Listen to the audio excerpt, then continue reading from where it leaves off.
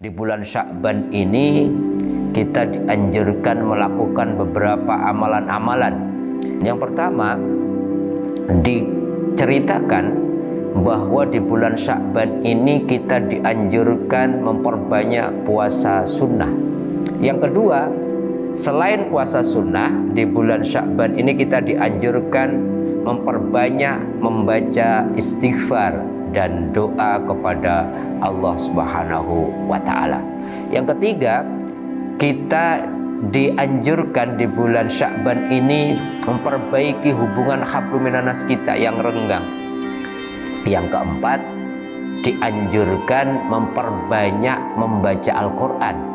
Dan yang kelima, para ulama mengatakan kita dianjurkan mengisi bulan Sya'ban ini memperbanyak sholawat. Ini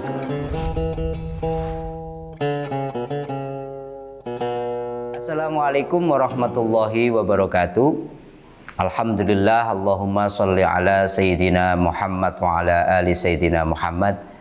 Sahabat-sahabatku, pemirsa channel Tauhid Cinta, tidak terasa sebentar lagi kita ketemu bulan ke-9 dalam kalender Hijriah, bulan agung, bulan yang sangat ditunggu-tunggu oleh umat Islam, bulan yang menawarkan rahmat, yang menawarkan keberkahan dan maghfirah, yaitu bulan suci Ramadan.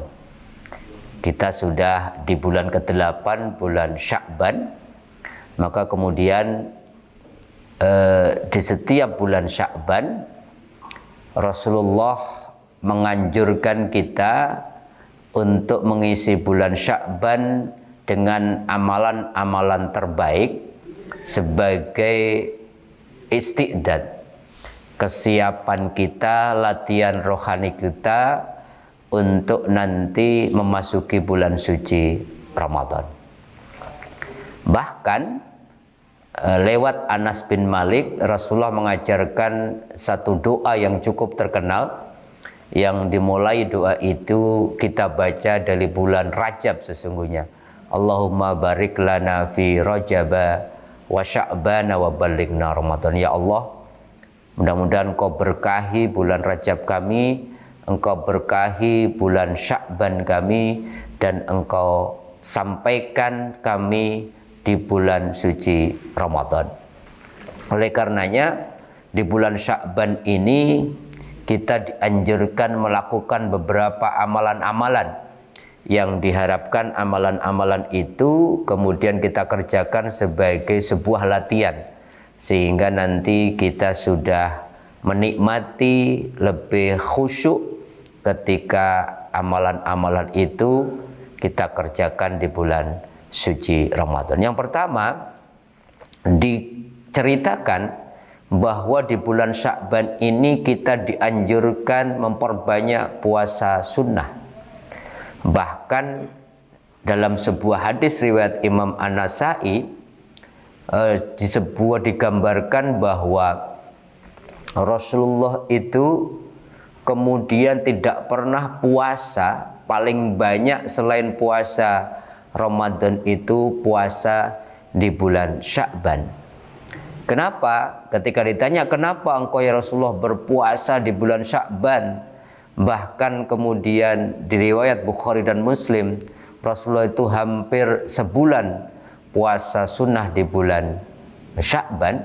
Rasulullah mengatakan dzalika syahrun yaghfulun nas anhu, karena di bulan Sya'ban ini bulan yang manusia banyak melupakannya.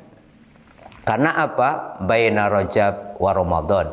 Karena bulan Sya'ban adalah bulan yang diapit oleh dua bulan yang sangat dan cukup terkenal, bulan Rajab yang terkenal dengan peristiwa Isra Mi'rajnya, dan kemudian bulan Ramadan yang kita tahu bulan yang paling agung. Wa huwa syahrun turfa'u fi a'mal ila rabbil alamin. Kenapa bulan Sya'ban itu juga istimewa? Walaupun bulan ini dilupakan manusia, di bulan Sya'ban inilah amal-amal manusia itu dilaporkan kepada Allah Subhanahu wa Ta'ala secara tahunan. Fa uhibbu ayyurfa amali wa ana shaim. Maka Rasulullah mengatakan, dan saya sangat senang apabila ketika amal-amal saya disampaikan, dilaporkan kepada Allah, saya dalam keadaan berpuasa. Maka kemudian dianjurkan kita di bulan Sya'ban ini untuk puasa sunnah sebanyak yang kita mampu, mengikuti sunnah Rasulullah. Dan sebenarnya puasa sunnah ini sebagai latihan untuk kita agar nanti tidak kaget secara fisik, terutama ketika kita memasuki puasa yang wajib, yaitu puasa di bulan Ramadan. Yang kedua, selain puasa sunnah, di bulan Sya'ban ini kita dianjurkan memperbanyak membaca istighfar dan doa kepada Allah Subhanahu wa Ta'ala. Kenapa? Karena dalam sebuah hadis riwayat At-Tabrani, yattali Allah ala khalqih lailata nisfi min Sya'ban. Jadi Allah itu memandang, menyapa makhluknya atau seluruh makhluknya, terutama manusia, di sepertiga atau setengah bulan Sya'ban, atau yang kita kenal dengan nisfu Sya'ban, pertengahan bulan Sya'ban. Allah tidak sekedar menyapa manusia di malam nisfu Sya'ban, tetapi fayaghfiru li jami'i khalqih, maka Allah akan mengampuni seluruh makhluknya, illa li musyrikin au musakhinin, kecuali orang-orang yang berbuat syirik, menyekutukan Allah, dan orang-orang yang bermusuhan kepada sesamanya. Ini yang kedua yang kita bisa mengisi amalan-amalan di bulan Sya'ban, yaitu memperbanyak mohon ampun, istighfar kepada Allah, dan memperbanyak munajat dan doa. Yang ketiga, kita dianjurkan di bulan Sya'ban ini memperbaiki hubungan hablum minanas kita yang renggang.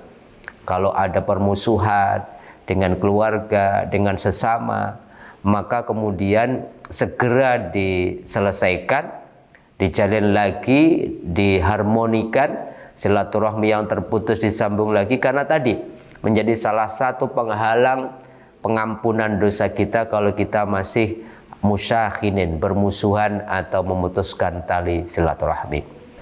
Yang keempat, dianjurkan memperbanyak membaca Al-Quran. Tidak berarti di bulan lain kita tidak anjurkan membaca Al-Quran, tetapi salah satu ulama mengatakan, Ma'amah bin Kuhel mengatakan bahwa syahrul Sya'ban syahrul Qura. Beliau mengatakan bulan Sya'ban itu dikenal di kalangan para ulama sebagai bulan para penghafal atau para ahli Quran. Bahkan ada yang mengatakan syahrul Sya'ban syahrul Quran. Artinya apa? Digambarkan di setiap bulan Sya'ban, para ahli Quran, para hafidhul Quran itu murojaah, mengulang-ulang hafalan mereka, agar apa? Nanti ketika mereka sholat taraweh di bulan Ramadan, bacaan-bacaan itu sudah lancar. Artinya apa? Mereka sadar betul menyambut bulan suci Ramadan itu dengan persiapan-persiapan yang istimewa. Dan yang kelima, para ulama mengatakan kita dianjurkan mengisi bulan Sya'ban ini memperbanyak sholawat. Ini sekali lagi tidak berarti sholawat tidak dianjurkan di bulan yang lain. Kenapa disuruh memperbanyak penekanannya di bulan Sya'ban?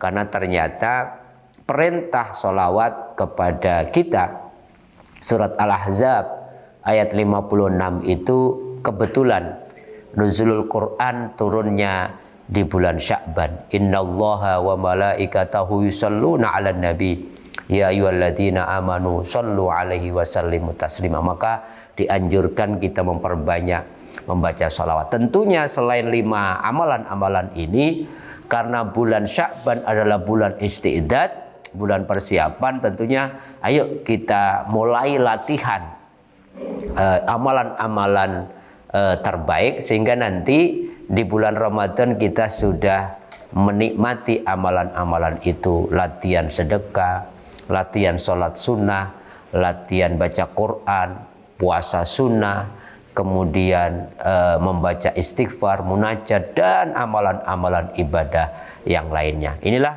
beberapa catatan amalan sahabat-sahabatku yang bisa kita kerjakan untuk mengisi bulan Sya'ban, bulan menuju bulan Ramadan, sebagai sebuah persiapan latihan rohani kita agar kita bisa petik buah dan kenikmatan ibadah kita. Kalau sudah kita awali di bulan Sya'ban, tinggal menikmatinya di bulan Ramadan. Mudah-mudahan ada manfaatnya. Terima kasih. Mohon maaf bila ada yang tidak berkenan. Wassalamualaikum warahmatullahi wabarakatuh.